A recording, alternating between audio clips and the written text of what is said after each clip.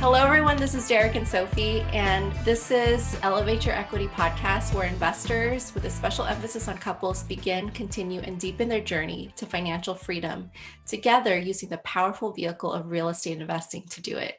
Today, we have an amazing guest with us.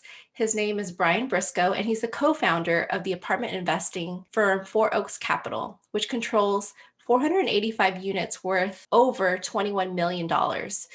He's also the host of an exciting show and podcast called The Diary of an Apartment Investor podcast. He's a lieutenant colonel in the U.S. Marine Corps, and he's set to retire after 20 years of service this summer.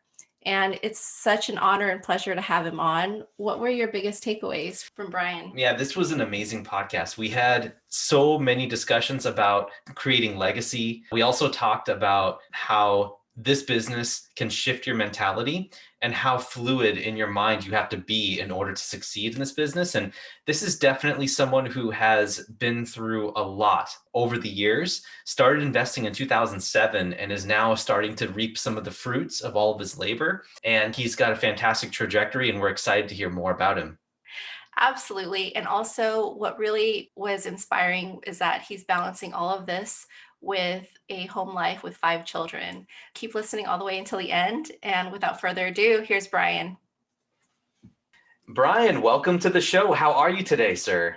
Hey, thanks, Derek. Thanks, Sophie. Thanks for having me on the show. This is awesome. And yeah, I'm doing well. Yeah. Great. Good to hear. We are so excited to have you here. Thank you for showing up.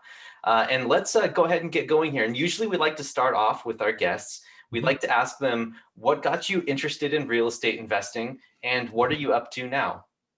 So what got me interested is just trying to not have to work forever. I grew up, my dad's a blue collar worker. He's on a pension right now, but still has a part-time job. But I think at one point I realized I didn't want to work until I was into my 70s. And I started looking at real estate as a potential vehicle to get there. Just a lot of the fundamentals of real estate. I have 2 degrees in math. And at one point I was teaching a class on the mathematics behind investing. And we did a lot of real estate examples. And it was just like, man, this is where it's at. Real estate's appreciating. There's this leverage thing. So I did the best I could. And I started buying single family homes. I remember at one reading Rich Dad, Poor Dad and thinking, man, I can't do that commercial stuff. But yeah, you got the proof of concept with that one. But at the end of the day, I want to build wealth for lots of reasons. I think it's very beneficial for family. I want to be able to pay for my kids' college. My parents weren't able to help with my college tuition or anything. And I want to be able to do that for my kids. I think money just opens a lot of doors, and it gives you more time to pursue more important things. And it's those more important things that are really driving me. That's awesome. Thank you, Brian. So I read in your bio that you started investing in real estate back in 2007.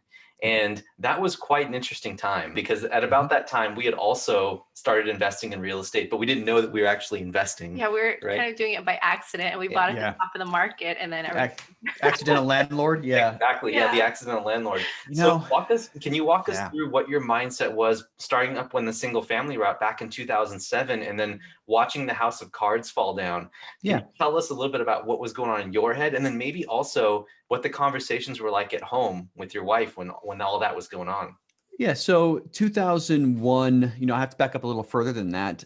World Trade Center went down. I was a college student working on a PhD, and I decided to go active duty. Okay. And so that was 2001.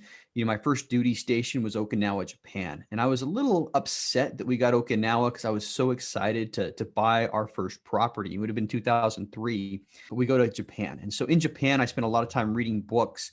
And I was like, okay, as soon as we get back to the States, we're going to buy a house. And that was it. We're going to buy a house. And I hadn't yet decided whether I was going to stay in the military or not. But the plan was, as long as I'm in the military, every time we move, I'll buy a house and we'll just turn it into a rental. All right. So 2006, I get transferred to San Diego. Okay. And 2006 is, real estate is still hot. I remember getting pre-approved for a $350,000 loan, which would have bought me a 900 square foot condo and 2 kids at the time. And I looked at what the same price, the same monthly payment would get us as far as rentals. And it was like a 4-bedroom house in a really nice neighborhood. And I saw a big disconnect and, my spidey senses were tingling. I'm like, this isn't right. And so we rented and I was really upset because the numbers weren't working out. And I started looking in my hometown.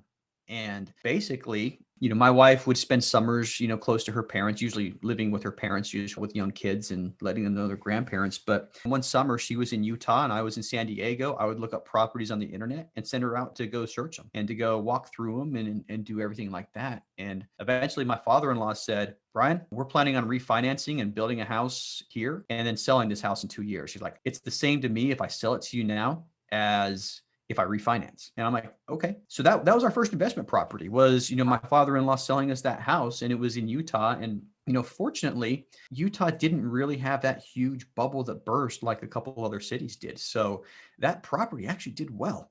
There was probably a year or so where it may have been $10,000 or $15,000 under if we had to sell, but it was at least cash neutral every year. And then a year later, the market literally crashed right after we closed on that one. It was 2007, the stock market crashed, and then everything started sliding. And we were renting in San Diego and we saw an opportunity, and that's where we jumped on our second one. It was just like, okay, things are $100,000 cheaper, $200,000 cheaper than they were last year. Let's go buy. And that was number two. And that's basically what got us into it.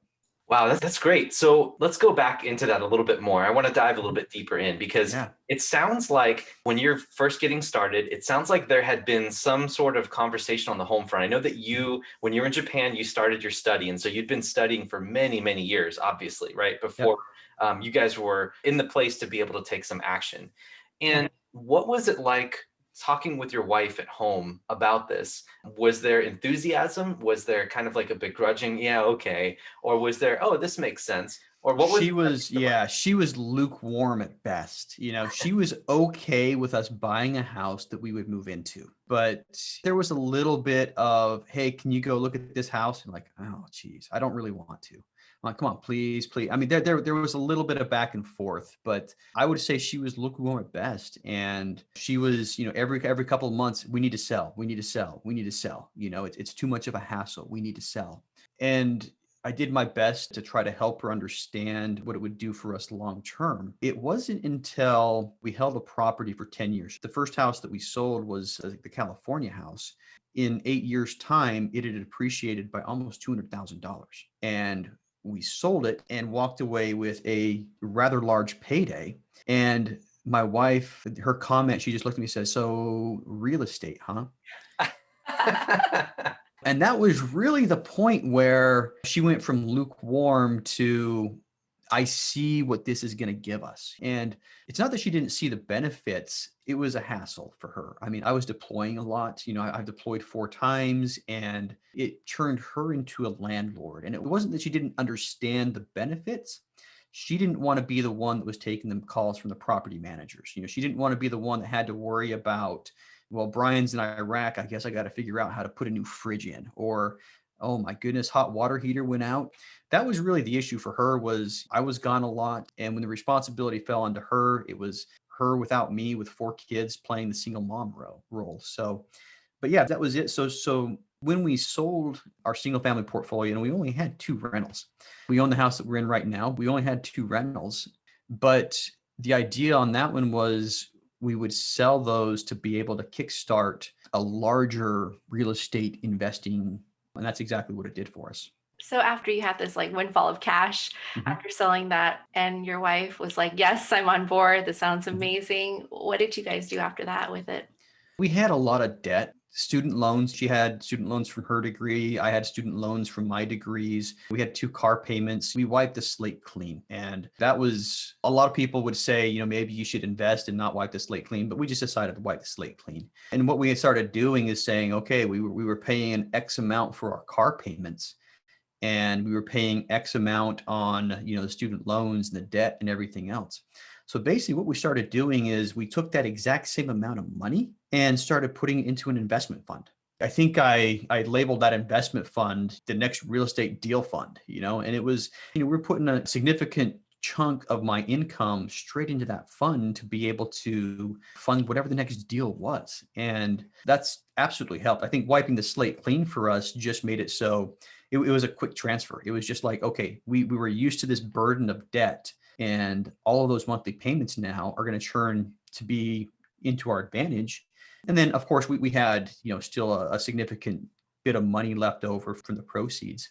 But that's what we did with that one. I also paid for coaching in multifamily. That ended up being the seed money for basically Four Oaks Capital. So use that money for the earnest money deposit on the first couple multifamily properties that we did, and invested that money into those properties. And basically that's, for me, we purposely sold those to launch something bigger, and that's where we went with it. That's such gold for our listeners, because a lot of people feel that as soon as you get started in real estate investing, it's kind of like this all-in mentality. And I really love how you guys took some of the wisdom from what you guys needed personally and took what you needed from real estate to help solve the problems there in other things outside of real estate, right? It's like you took your profits and you said, okay, let's decide what we're going to do with this. Like, we have this freedom now to be able to choose what to tackle and what's really important to us. And I think that really came through with what you chose. And this is what we advise to everyone starting out in either multifamily or in single family investing, starting out with a strong foundation, right? And using these sales as your strong foundation, right? To be able to say, okay, we're wiping the slate clean, like you said, getting ourselves into a place where we're at a mind space to be able to appreciate and be able to absorb all of this information and respect it, right? Mm-hmm. Because if you're always trying to like scrap free information here and there, and you're coming from this place of scarcity, it's really hard to wrap your head around investing in real estate and helping more people, right? So if you come at it from the place of abundance by addressing some of the things in your life outside of real estate that's preventing you from getting there, that's what I really love about what you guys did. And before we wiped the slate clean, I mean, our finances weren't pretty. I mean, we pay all the debt, we pay all of our obligations, and it's like, there wasn't a lot left over. So I think that was the best move for us. And then being very strategic about it, not going on long vacations, you're not taking that nest egg and burning it. It was taking that and roping it off for it's like the Dave Ramsey approach, right? Yeah, we roped it off, and it was just like it sat there. And I mean, it was in a exchange traded fund, but when it was time, when we saw another opportunity, it was already earmarked for that, and it was ready to deploy. That's fantastic. Thank you. Great stuff there. And I think that's going to help a lot of people who are also struggling with the same thing starting out. Mm-hmm. So going through your journey right now, we're at a point where you guys have your seed capital, you've had years and years of education behind you. How did Four Oaks Capital form? And tell us about the first couple acquisitions. And an aside to that, we also want to talk about what kind of conversations were happening at home. That's always what we really want to focus on for our listeners, because that's the real truth and the reality. Yeah. But yeah, back us up and let's talk about what happened with all this education and forming your company. So I realized real quick, I mean, first thing I did is, okay, I have this much money in the bank. I got another property that I could sell that is going to net me that much money. I just backward mathed it, and I said, okay, if banks are going to give me 75% loan to value, this is what I could afford. And I started looking at sixplexes and eightplexes and such. But eventually I decided that I remember walking out of, I think it was a 6-unit property, and scratching my head thinking, I don't even know if this is going to be a good deal. I mean, how do I know? And I hadn't put a lot of effort into, the underwriting or analysis, and I realized I needed help. And so I used some of that money to get the help. And the conversation at home was, the first purchase was small enough that I didn't even tell my wife until after, $1,500. It wasn't something that she was going to be extremely mad at, but it was, I figured, okay, I'm going to do it and ask forgiveness. A couple months later, I wanted to get into coaching, and that had a significant price tag. It was like 20 grand, 25,000. And so that's one that I absolutely talked to my wife about. And fortunately, she has seen the proof of concept with the other real estate things. And she just said, $25,000 is about as much as I'm looking to pay for a master's degree. She's like, do it. That perspective that she had was music to my ears, really, because that's exactly what it is. It's like, you want to better yourself. You have a job and you want to get into the higher paying echelons of whatever your job is. You go back to school, you get more education, get your master's degree. She's like, you're going to basically get a master's degree worth of education in real estate, and you're going to put this into practice. So that was the conversation at home. And so once I had her blessing, it was really easy to pick up the phone. And incidentally, I put it on my credit card so I could get 2% cash back. So I guess got a pretty good deal on it. And I paid it off within a week. But yeah, so I got into a coaching program. This coaching program came with, they're pretty big following. It's one of the big gurus in the business. But there was a forum that we would all use, and we would post the deals that we were looking at and things like that and look for feedback. One day, a guy named Eric Shirley, who I had talked to a couple of times prior to, posted a deal in Columbia, South Carolina, and he posted just enough information about it for me to realize that we were chasing the same property. So I picked up the phone and I called him. I'm like, hey, Eric, I'd love to give you feedback on this property, but I'm looking at it too. So I don't know what to do. I mean, I'll try to be as unbiased as possible. Do you want my feedback? I haven't even opened it. And once I realized it was the same deal, I closed it because I don't want to be stealing your work. And we had about a 20-minute conversation. At the end of the conversation, we agreed to pool resources on that one deal. And that honestly was the beginning of Four Oaks right there, was that phone call saying, we realized a couple of things. We realized that we were already talking to the same brokers. So more than likely we would be getting the same deals. And so we agreed on that one. A couple of weeks later, we had another phone call. I mean, we put an LOI in and we didn't get it. A couple of weeks later, I got a new deal emailed to me from that same broker, and it ended up with another phone call with Eric. It was just like, hey, did you get this deal? Yep, I got this deal. What do you think? And very slowly, we went from trying to partner with one deal to let's partner on anything that comes from this particular brokerage to let's partner on anything in the states of South Carolina and North Carolina to now Four Oaks Capital. So it was just a slow build of what we were willing to cooperate on. And eventually we ended up getting something under contract. It was in Spartanburg, South Carolina, 2 properties that the owner was selling together, a total of 55 units. At the time, it was me, Eric, and Brian Mallon. Eric and Brian had already partnered. They've been friends for a dozen or so years. We sat down, we looked, okay, what do we need to get this across the finish line? And looked at roles and responsibilities, the capital raise, everything that has to do with it. And we thought we need one more person. And Eric introduced me to Todd Butler. So how Four Oaks came together was around one deal.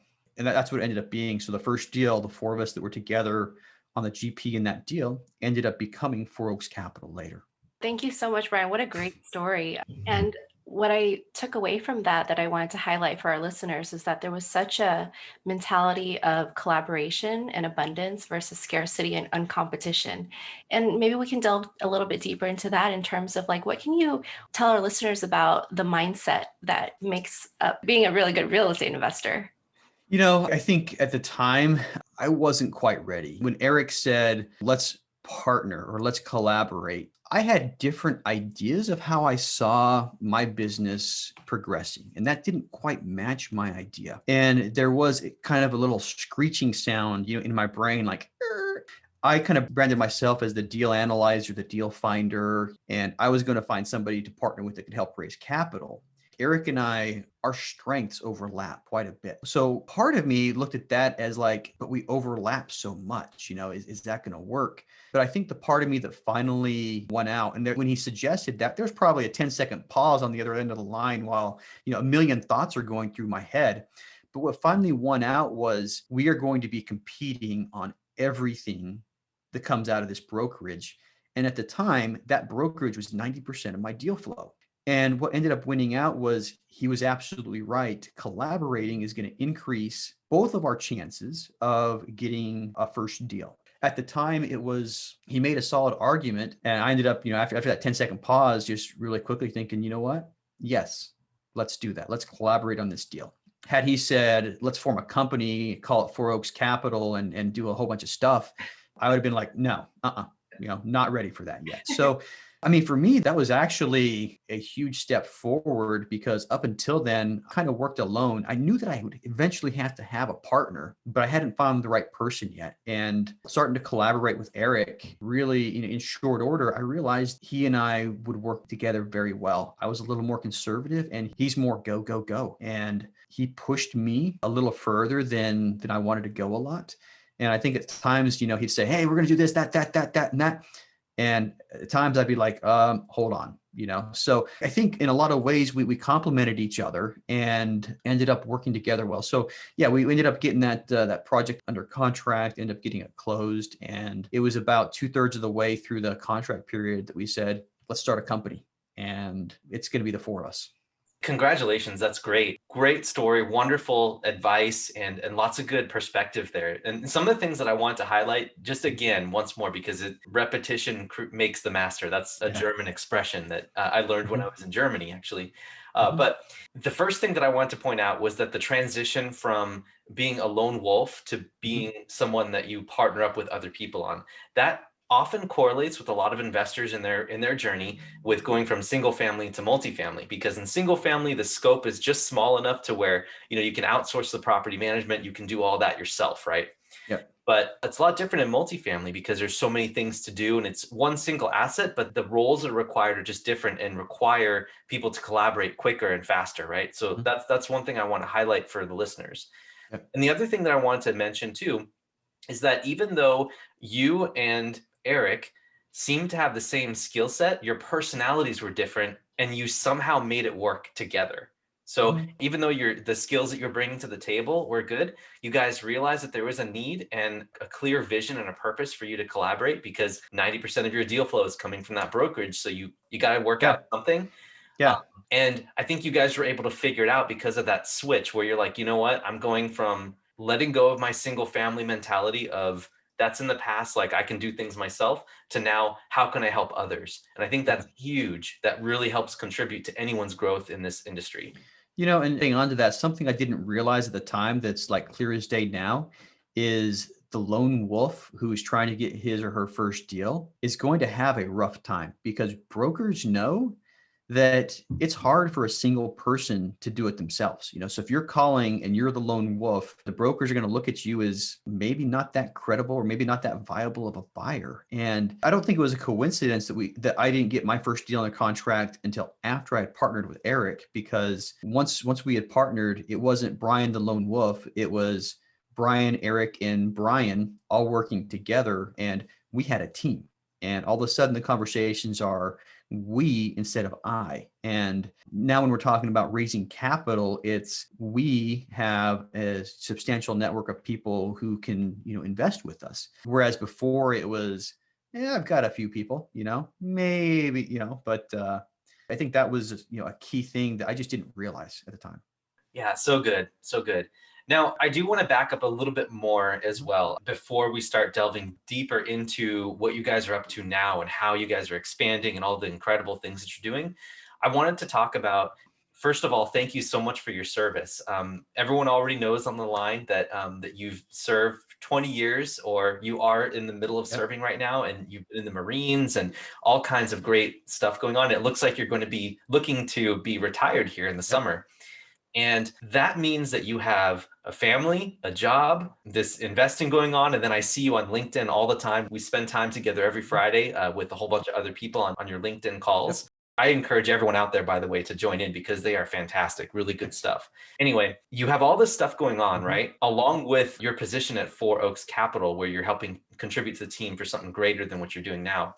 How are you able to keep your balance and keep your mind straight? And if I remember right, you're also in the middle of moving too, right? We're just starting the moving process. We met with our realtor last week for the first time. So that's coming up. At first, I cut everything out. I looked at everything that I did and I said, hey, if I'm going to make this full-time job and this real estate thing work, I have to cut out everything that is not pushing me towards one or the other. Family also, and I'm also involved in my church. So I stopped, no longer watch Netflix. And literally for a couple of years, only time I would watch anything for entertainment was when I'm sitting on my rower exercising or my elliptical. I've got a couple of machines, but I cut everything out. I used to enjoy playing the guitar. I was never good, but I enjoyed it. And, the guitar's been hanging on the wall, almost 3 years now. So I cut everything out.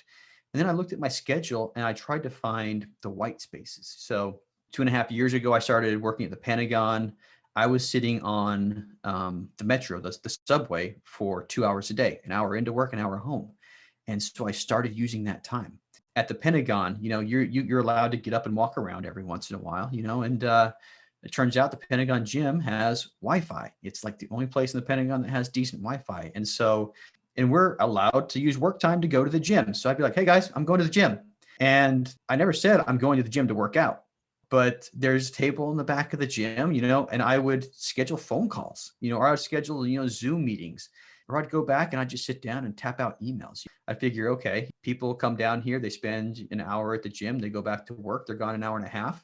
90 minutes later, I'd show up back at work, and I just tried to, I would work out too, but I tried to leverage every available minute that I had to be able to do things, So, and that was really it. And my wife, there's also the conversation with my wife going into this saying, if we're going to make this work, you're going to have an increased load with the kids for a little while too, because, oh, by the way, I think my wife is extremely tired of the military lifestyle. She's tired of deployments. She's tired of moving every 2 to 3 years. There's one place we would live 9 months, it's not a lot of time. And the way we talked about this is our exit strategy from the Marine Corps. And she wants that probably more than I do. And so when we talked about it, it just meant, hey, there's going to be some nights where I'm going to have to do X or Y or Z. And so she basically said, okay, I'm in. Let me know what nights you need, what nights you're not going to be home. I was to the meetups in the DC area as much as possible. I had my coaching calls. I had a lot of other stuff going on, but it was, a lot of it was just give and take with my wife and just saying, hey, this is what it's going to cost as far as time. And are you okay with that? And there's more of your questions, but if I missed something or need to double back on something else, let me know. Yeah, no, it's great, Brian. We're just sitting here just soaking it all up. So thank you so much. It's all gold. Yeah, and thank you for also just giving us a peek into the conversations with your wife and home life, because a lot of times what we hear is just kind of with real estate investing is just the front face transactions. And what we don't realize is that there's so much going on behind the scenes. There's such a richer story behind the whole investing journey. So I want to even touch on legacy. So you have 4 kids, correct?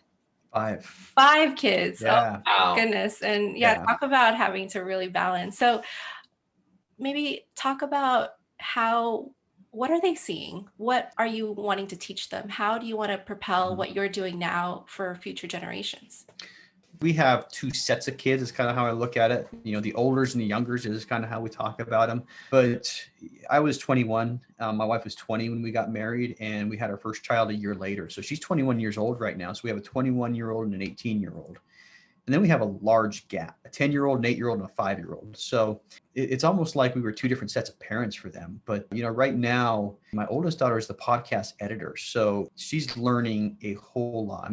I put out 3 podcast episodes a week. And so she's listening to everything. So the conversations with her now are, Dad, send me this book, or, hey, what about that? Or what about this? So, just her being involved she's learning a ton. My 18-year-old, we're starting to talk about, investments and taxes and accounts and finances. And it's just kind of opened it up. With the younger kids, I think there's going to be a whole different, their teenage years are going to be completely different. I remember at one point, my 8-year-old, this is probably 2 years ago when this happened, I was trying to explain to him why I couldn't play Minecraft with him one day, right?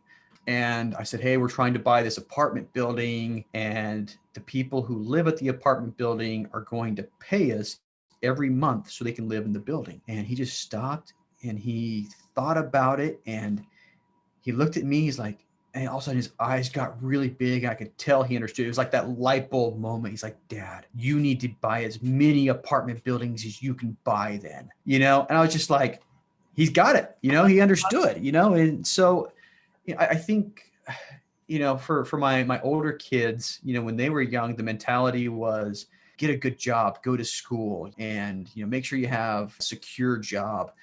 And the last 20 years, I realized that's not true security.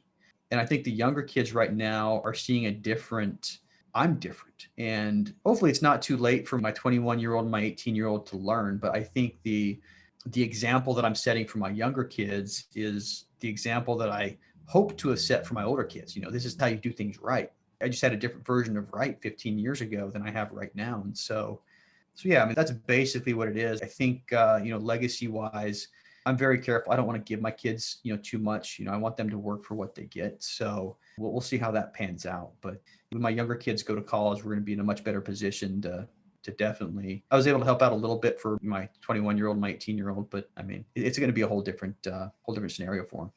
Oh yeah, definitely. And I can only imagine that they're probably going to end up going through the same journey you've been going through, right? And they're going to ask you questions. Usually as kids get older, I remember myself, I would start after you get past the phase of knowing everything in your teens, right? Yeah. And then you move on to college life. And then after a few years of work, then you're like, my parents actually did know what they were talking about. Yeah. Interesting. I know, right? And so I'm sure that that's going to happen. And I think that what you are setting the foundation for, either intentionally or unintentionally, it's going to be huge for you and your family. And I also love that you said that you don't want to give your children anything explicitly. I think that that's a huge, huge thing as well. So thanks for sharing all that. Very personal stuff. We really appreciate that. Yeah, no problem. Now, let's talk about what you have going on right now, because you're a very busy guy. Your podcast, Diary of an Apartment Investor, has won, I don't know how many accolades and how many downloads. I think you reached the 100,000 mark, or you're approaching the million. Not quite. Not quite. Right. We should hit 30,000 by a couple of days. We're like that close to 30,000. But yeah, so that the podcast is something that's really big for us. It's kind of in a large way, it's our lead magnet. It's our promotional material. It has gotten a lot of traction, gotten a lot of people who have reached out to us because of the podcast. But that's kind of part of a larger thing we've got going on. We're building an educational platform, and the meetup I do on Friday, and I do a monthly meetup the third Monday of every month. That's all part of, they're all leading in the same direction. We want to create a community of people who are interested in multifamily. And that Friday meetup that we're going to be doing here in 43 minutes, there's already been 2 or 3 partnerships that have formed and closed on deals because of the community that we've created. But we want to turn that community into something bigger. And like I said, Diary of an Apartment Investor, we bring an experienced investor and we bring an inspiring investor on every episode. And that's exactly what we want our community to be like. We want to have a lot of experienced people in, and we have a lot of people who are aspiring, and they can just learn together. We're also creating educational material, basically coursework inside that community. But that's one of the biggest arms. That's my baby inside the company. That's my primary role right now, is filling that out. So I'm taking everything that I've learned from closing on 8 units. We've got 485 or 8 properties, 485 units. Everything I've learned from those, everything I've learned from doing over 100 podcast episodes, and trying to distill it down into something that we can use to teach other people how to get to where we're at. So, I mean, that's really what's next for me as far as, my role with Four Oaks, is creating that community. And that's my primary role. We're also obviously looking for more and more properties. Put 2 LOIs out in the last couple of weeks, and we're trying to get larger properties and kind of elevate a little bit more, using the name of a podcast here, but trying to elevate our game a little bit. So we started out buying 40 unit properties, 30 unit properties, and things like that, and now we're looking at the triple digit numbers. We closed on 167 unit in Augusta 2 months ago. So as far as our acquisition arm, we're just trying to put quality investment products out there. And we're focused on quality over quantity. We realized that one bad deal could end everything for us. So we're very meticulous at what constitutes a good deal and trying to get the next one. And I think the third big thing we have going on is what's called our cash flow concierge service, where we've actually executed this twice already. We're underwriting a lot of deals in the Southeast, and there's a couple people who've approached us and said, I'd like to have something all my own, or I'd like to have a bigger piece of the pie on something. So cash flow concierge service is basically, we're putting in all the work for somebody who may have a little bit of money to spend, but not a lot of time, or money to invest and not a lot of time. And we're providing them with a property. So we closed on a 40 unit just outside of Greenville, and we closed on a 28 unit in Clemson, South Carolina, part of that cash flow concierge. So those are the 3 big things that we're working on. But realistically, it's all about multifamily investing. It's all about community. And it's all about helping others get to where we're at right now. Yeah, and thank you for that, because I think on your website, if people can go out there and look at Four Oaks Capital, you can Google it, or the show notes, you'll have a direct link straight to your guys' website. you can see that your guys' portfolio growth is completely organic. Like we're actually seeing like a doubling effect of like every property that you're buying, and then every year or so you started to double, right? Or you said, okay, we're going to do a 30 unit, and then a 30 unit, then a 40, now an 80, now a 160. 160. Yeah. Theoretically, the next one should be 320. 320, exactly. We actually put an offer in on a 355, and as far as we just got an LOI signed on that one. That's actually one of the cash flow concierge properties, but LOI was signed last week. Put another offer in on a place in Atlanta that hopefully gets it. But yeah, theoretically, the next closing should be 320, and then from there 640. So I mean, that's amazing. Let's do it. Well, I'm looking forward to following along in your journey. Now, I wanted to ask, I had a burning question for you that I wanted to ask, but I didn't want to interrupt your story, because everything that you've shared with us, from the home life to all the conversations in the early days and forming the entity that you guys have now and all the stuff you're doing, what really interested me is that when you started out in that first conversation with Eric, where there was that awkward pause of like, what do I do here? Mm-hmm. Your skill set was in underwriting and finding properties. And now you find yourself in a marketing role, or you're doing marketing. So what caused that pivot, and like, why the pivot? Did you see that there was a need in the business to do that? Or was this something that you didn't know you had a passion for? Or maybe you can talk through a little bit about that. The biggest thing is I work at the Pentagon. That is literally the biggest thing. I mean, when there's 4 guys together looking for their first deal, it's okay for everybody to be looking. But once you have that first deal, you have to kind of define roles and responsibilities. I still want to be the deal finder, and I was very much involved in deal number 2 and deal number 3. But at one point, it just got to be a lot. And inside the Pentagon, I've got my cell phone. It's got to go inside a lockbox. Right outside my office building, it's all secure space, where we can look at and talk about classified stuff. And you can't take your phones in there. So my phone goes in a lockbox. So there's 8-10 hours a day, subway's underground. So going home to and from work, I'm underground. I can't take calls. So there are 8 to 10 hours a day where I had very limited windows where I was available. And brokers are calling you back and you go to voicemail automatically. It wasn't very conducive. So Eric, once again, came up with a very convincing argument that he should be our acquisitions director. That was the job that I wanted. And he was more available than I was. And his job had him traveling across South Carolina. He's a medical device salesman, and he's worked at that the entire time at 4 Oaks Capital. And, like me, he's looking to get out of his W-2 job real soon. But his job aligned with being the acquisitions guy. And he would set up an appointment for his medical device sales, go do whatever he had to do. And hey, I'm in Greenville today. I'm going to walk a property. So that was really the biggest thing there. And the other thing about me, I was going to school to become a college professor. I like teaching. So me falling into this role ended up working out well, because it's another passion of mine of teaching and helping other people. That's really how it ended up shaking up. Was I was less available than him to take the phone calls. He came up with a convincing argument, and I immediately saw that he was right. Fortunately, I was able to put my ego aside. I was like, man, that's the role that I wanted. Maybe I had sore feelings for a couple of days, but he was right. He made a very convincing argument. He was right, and he's really good at it. It must have been a very interesting couple of days, right? In the conversations that you had again at home, it must have been very trying, right? Because you're struggling with an identity and an ego thing at this point, right? Because not only have you just recently relinquished the lone wolf mentality, but now you're trying to tackle this. Well, wait a minute. Now, in order to be part of this team, I can't even do what I want to do. And a huge, big. There was probably 8 months between these 2 conversations. Okay, we had closed. We made maybe a full year between these 2 conversations. So I would say the first conversation that Eric and I had was probably late 2018, early 2019. And conversation we had about who's going to be the acquisitions guy was almost a year later. It may have been early 2020 where that conversation happened. And he was right. I was also trying to be the asset manager at the time. And we ended up giving that role to Todd for the same reason. If property managers needed to get a hold of one of us quickly, I wasn't available. And Todd had more time. So really what forced us into the role, I mean, not really forced us, Todd and Eric are very capable of the roles they were in. But what put me into the role that I have right now was the time factor. LinkedIn, I'm very active on LinkedIn. I can write a LinkedIn post on my phone, let it sit there walk out of my office in the Pentagon at 10 a.m. and hit post. So a lot of that stuff that's on LinkedIn, I'm not on all day. I set things up in advance and cut and paste it into LinkedIn, add the picture, hit post, and I do it when I have more time.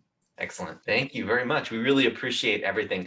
And Brian, you have dropped so many bombs here and so many nuggets of wisdom. It's been awesome, and we really appreciate all of it. And so we're going to put some detailed show notes for some of that stuff, and then also highlight to all the places that we thought would really resonate with the audience. Well, I got to say, I am a Marine, so dropping bombs is my specialty.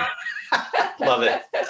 That's awesome. Yeah. So we're about to head into our rapid round now. And at the end of the show, we like to ask all of our guests the same 5 questions. And I think this time Sophie would like to do that. Yeah. Brian, what book has had the biggest impact on you and why? The biggest impact overall? The book that I've read most and that I love the most is the Book of Mormon. I think it centers me on what's important in life more than anything else. You're probably looking more for a professional answer. Other than that, I'd say 7 Habits by Stephen Covey.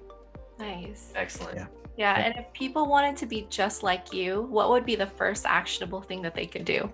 Wow, if they wanted to be just like me, as far as the apartment investing role, I think it's just, you got to put what you learn into action is all it is. I think I spent a lot of time in books and listening to podcasts, but the difference between somebody who succeeds and somebody who doesn't is putting the information into action and, rinse and repeat. You learn something new, you put it into action. You learn something new, you put it into action, and you get better and you get more traction and you build momentum, and that's it.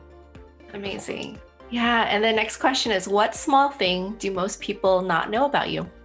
So yeah, one small thing that I think a lot of people don't know about me is I really want to learn how to play the guitar extremely well. I think a lot of times my wife is very musically inclined, and I think a lot of times that I'm not, but I've always admired that. And I do want to be able to play the guitar and maybe try to not sing terribly when I do it. That's so great. And now that you'll be retiring pretty soon, is that the hobby that you're going to focus on? That's one. I'm going to get some guitar lessons. First thing we do when we move, obviously we're going to get the household set up, but next thing on the agenda is to get some guitar lessons. Yeah. Next question is, how do you like to unwind and restore your creative juices? Crazy. For the longest time, my tool to unwind was just pulling the guitar off the shelf. But I think recently, there's a couple of games on my phone, and that's really what it is. It's just like some mindless games, and I mean, it almost puts you into like a meditative state or whatnot. But things like Sudoku or crossword puzzles or whatever, it's just something where you can shut off the rest of your brain. I think for a while I was spending way too much time, but if I'm just limiting myself to 20 or 30 minutes a day, it's just kids are in bed, my wife's in bed, and I'm just closing up shop. That's kind of the thing that relaxes me is Sudoku. Nice. Yeah. And then last question is there something special that you and your family like to do together? For a while, we were doing destination Christmases, and we did that a couple of years in a row. I want to re-implement that. It's something that I think creates memories more than anything else. We're going to go to Ocean City, Maryland. We're leaving in a couple, actually right after the networking event today, we're leaving. I think just these small little trips away, or maybe larger trips where we're going somewhere as a family. And kind of funny on that one, when we did our first destination Christmas, my 18-year-old was probably 12 at the time, and she was like, "You mean we're not getting a lot of presents?" And a stroke of genius, I looked at her and I said, "What did you get last Christmas?" And she could not remember. And then I looked at her and I said, "Are you going to remember a trip to Mexico City for the rest of your life?" And she said, "Probably." And so, we did that trip to Mexico City. The kids love it. They all have really good memories. And we still talk about it. We still talk about little things that happened. But at the end of the day, I want to re-implement that. We're doing destination Christmases. Yeah, that's fantastic. Man, thank you so much, Brian. And that was a nice little gem of wisdom for parents out there who get that question from their kids all the time. Yeah, that was a great We're ninja definitely going move. to be using that. That's Yeah. Yeah. What did you get for Christmas last year? Don't remember. Which one of those 80,000 things in my room was for Christmas? I don't remember. That's right. Yeah. So Brian, thank you again so much for being on the show. We're getting towards the end of our podcast right now. I think one of the main things that I took away from all this is that there is no silver bullet. You have had years and years of preparation, kind of not fumbling, but definitely adjusting and course correcting to get to where you are now. And I think that's the key, is that there's a lot of investors out there, especially who are starting out, that think that they can get into real estate like they can buy a stock. And while stock investing is easier, it doesn't necessarily have the same characteristics and upside and the business sort of aspect that real estate investing has. And so I just want to say that I respect everything that you're doing in the military for our country, for your kids, for setting up a legacy, and for also being an example for those out there that this is not a silver bullet business. This is a crock pot, not a microwave. Real estate investing takes a long time, but when it does, all those juices marinate together and it's a beautiful thing. It's a get rich slow. Get rich slow. Thing. Absolutely. Yeah. So last thing here, we want to basically say the open forum. I know that you touched a little bit on the three-pronged approach that you have right now with people, but I'm giving you an open forum right now to just say what's going on now, how people can get a hold of you, and how they can engage with you and your company more. The podcast is Diary of an Apartment Investor. I mean, that's something that you guys can just dial up and listen to at any time. Website, fouroakscapital.com. If you're interested in anything you do, you can go to the website and set up a call with one of us. Just a little quick form. Takes a couple seconds to set up on Calendly. And, my email address, Brian Briscoe at 4 Oaks Capital. I'm sure it'll probably be in the show notes, but, reach out to me, tell me what you heard and what you're interested in, and go from there. That's amazing. And then we're going to link to all of that in the show notes. I wanted to thank everyone also for listening all the way to the end who are at this point in the podcast. And so thank you to the listeners. If you guys want more content like this, please like and subscribe wherever you're listening to this so that the algorithm gods, as I like to call them, will push up our podcast to expose themselves to more people. And so that we can aspire to be like Brian Briscoe one day. Yeah, you'll get there. I mean, it's not that terrible. I mean, it just takes time. Yeah, it takes time is all it is. I've done 100 episodes. It just takes time. Yeah, no, for sure. And so, Brian, thank you so much for being on. And thank you, everyone, for listening. And we hope that you have a fantastic day. And this is Derek. And this is Sophie. Signing off. Take care, guys. All right.